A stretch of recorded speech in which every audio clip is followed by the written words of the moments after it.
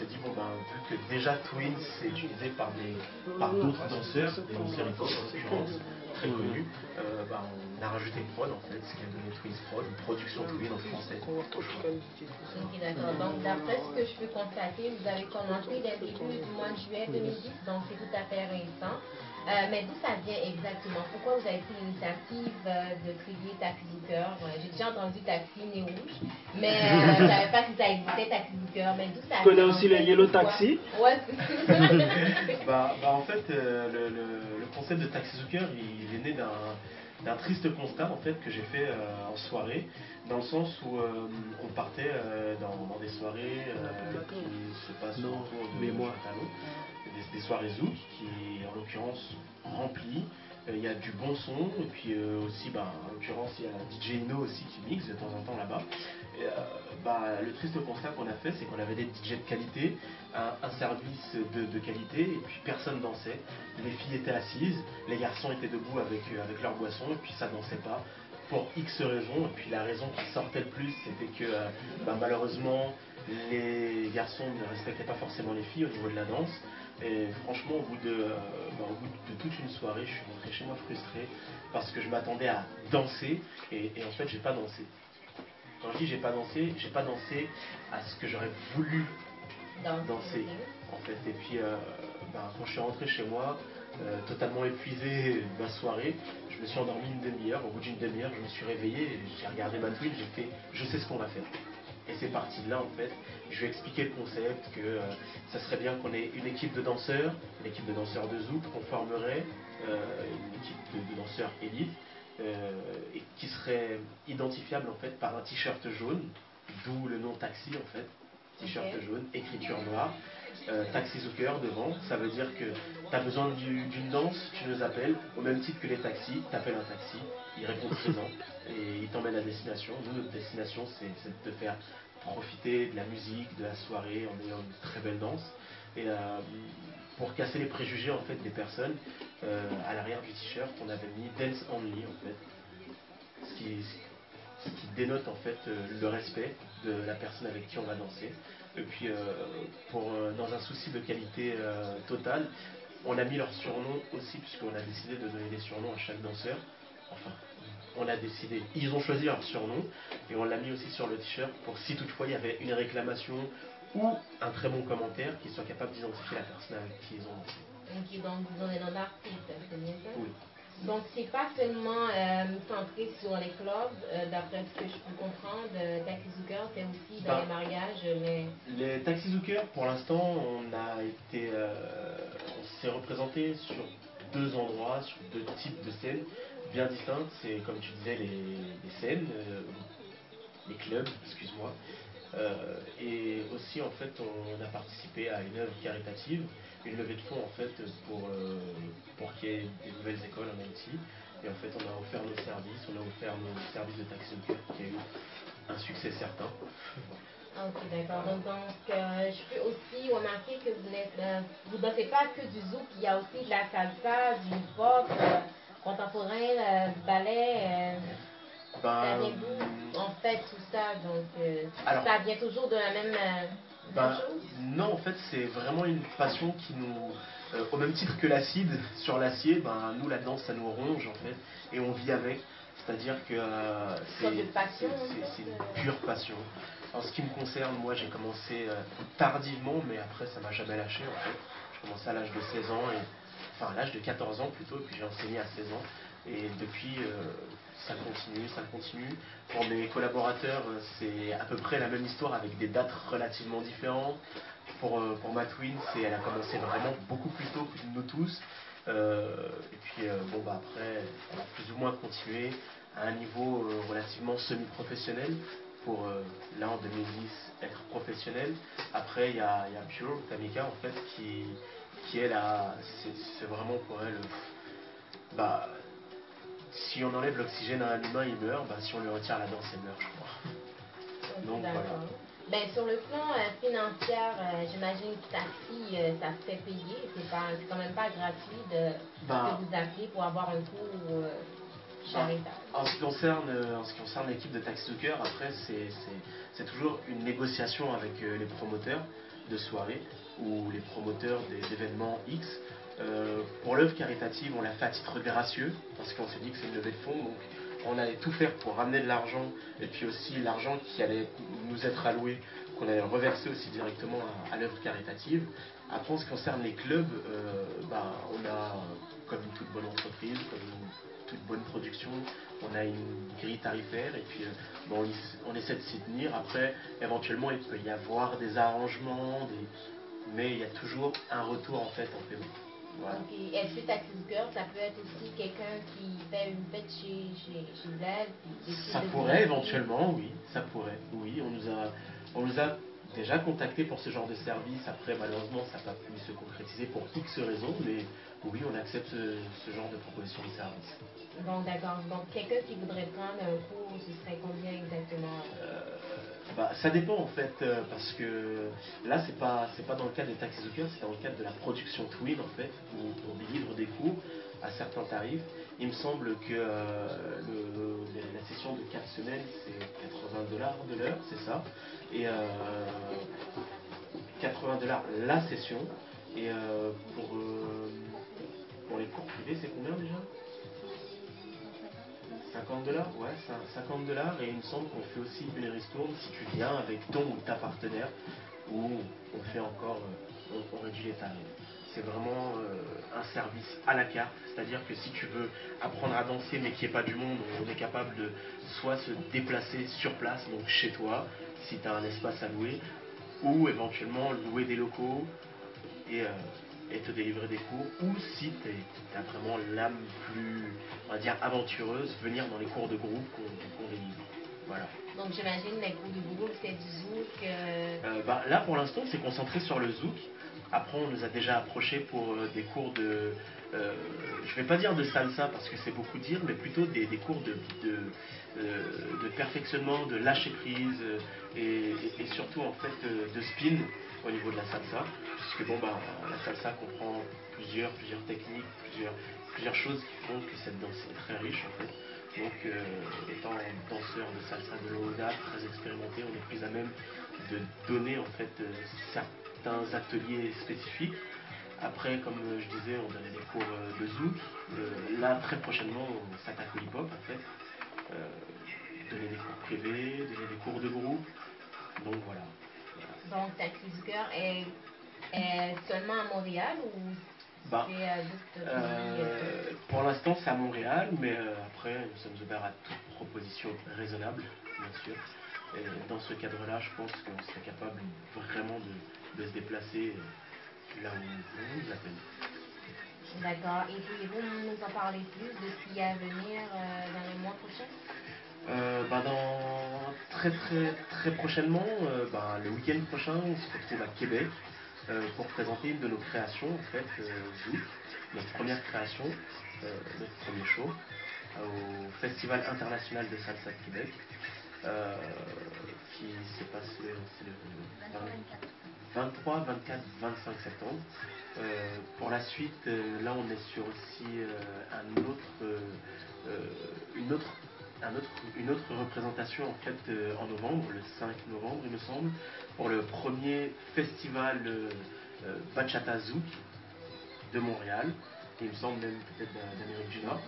Ouais, c'est le premier festival d'Amérique du Nord de ce type-là en fait, et puis on sera là-bas. On donnera un show totalement différent parce qu'on a vraiment voulu pousser le zouk dans ses retranchements les plus extrêmes, c'est-à-dire que c'est une création où il y a du zouk, du contemporain, du langage des signes. C'est vraiment très beau. D'ailleurs, je pense que je ne sais pas si vous l'avez déjà fait passer à l'antenne ou quoi que ce soit, mais en fait c'est sur un son de Stevie May. Et d'ailleurs, c'est à l'issue en fait d'une rencontre avec Stevie qu'on a pu vous connaître, tropicaldj.com, qui fait qu'aujourd'hui on est en interview. Et après, pour le dernier projet qui lui est relativement à longue date, on est en train de faire une création hip-hop en fait, où là ça va vraiment être c'est vraiment un gros projet dans le sens où on a fait une sélection de choix à Montréal et à l'extérieur de l'île de Montréal, des danseurs, des figures emblématiques de la salsa montréalaise, des figures emblématiques du monde de la danse en général, mais pas seulement à Montréal aussi, comme je disais, à l'extérieur, à Saint-Jérôme.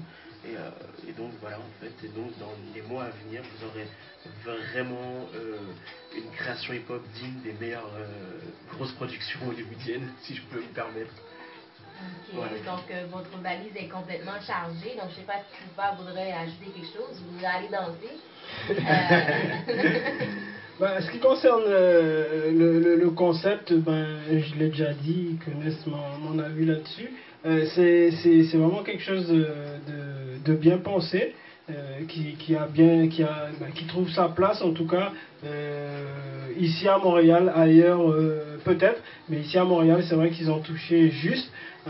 En tout cas pour ce qui concerne l'initiative du Taxi Zooker, donc l'ambianceur ou l'ambianceuse de service géré par leur équipe, qui se trouve dans un club ou dans une soirée pour pouvoir justement faire que les choses partent.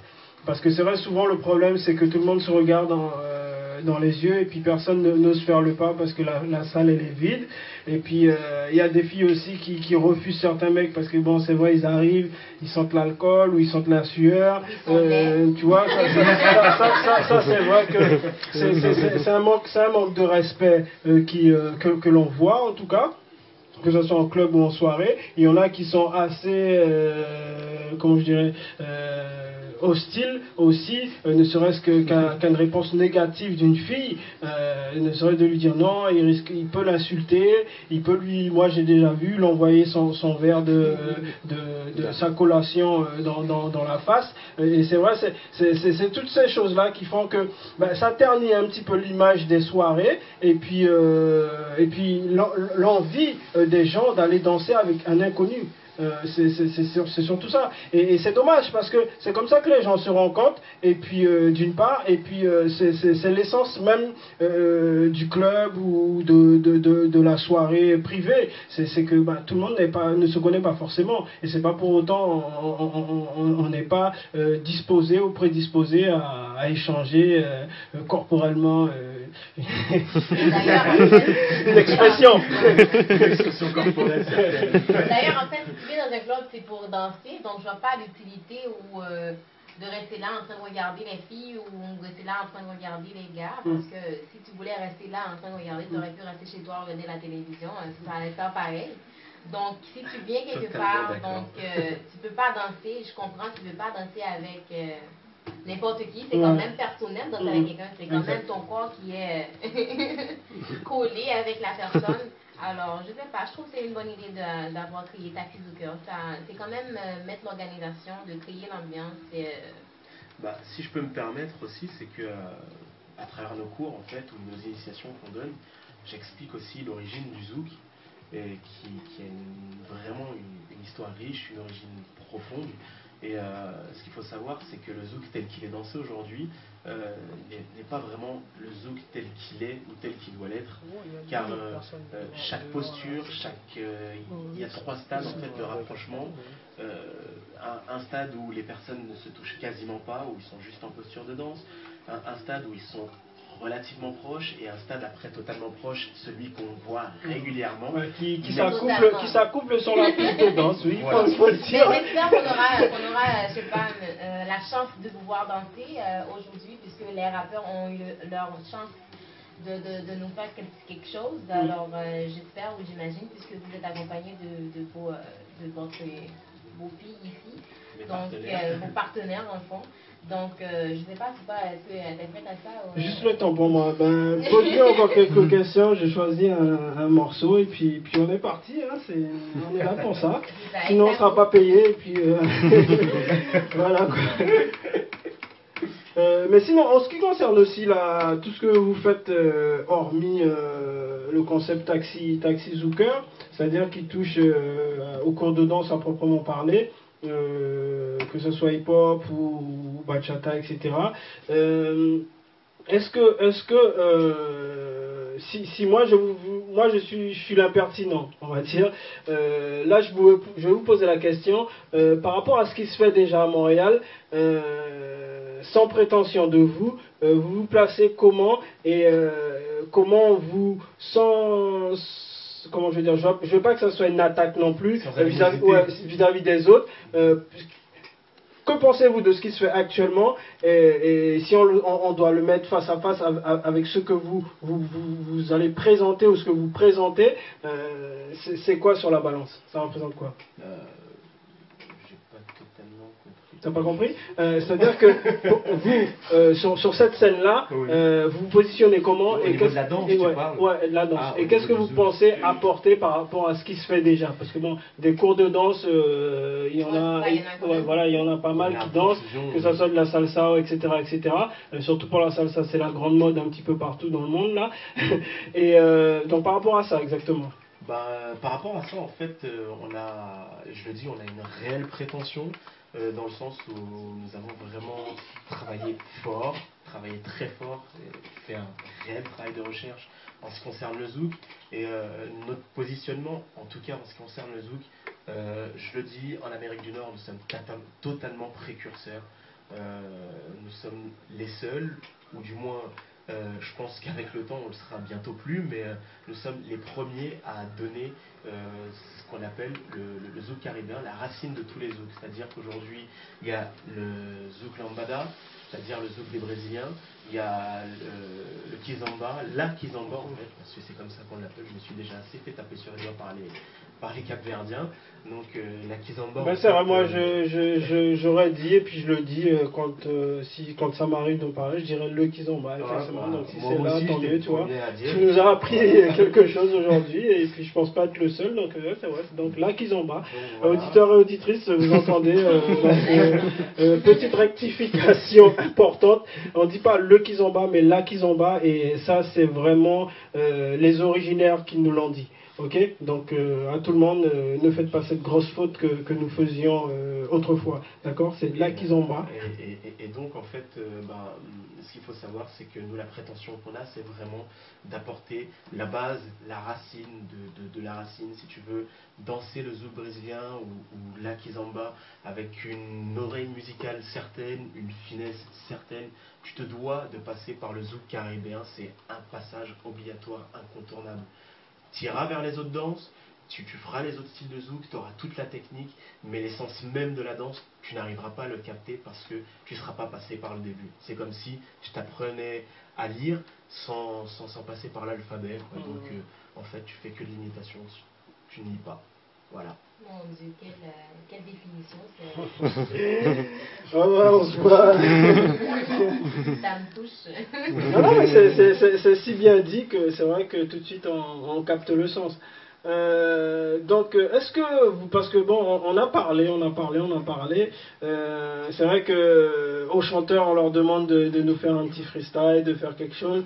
Vous, production Twin, qu'est-ce qu'on peut leur demander de nous faire, Jules Lang? Moi, je dirais show me what you got. Ok, donc je vais vous mettre un son, un titre d'Elisio, Don't Go. Donc voilà, vous vous mettrez ici exactement, la caméra elle est là, et puis on va vous voir à l'œuvre, et tout un chacun pourra juger de vos talents de danseur. Donc prenez place, ou celles ou ceux qui sont prêts, qui veulent nous montrer un petit peu de quoi vous êtes capable.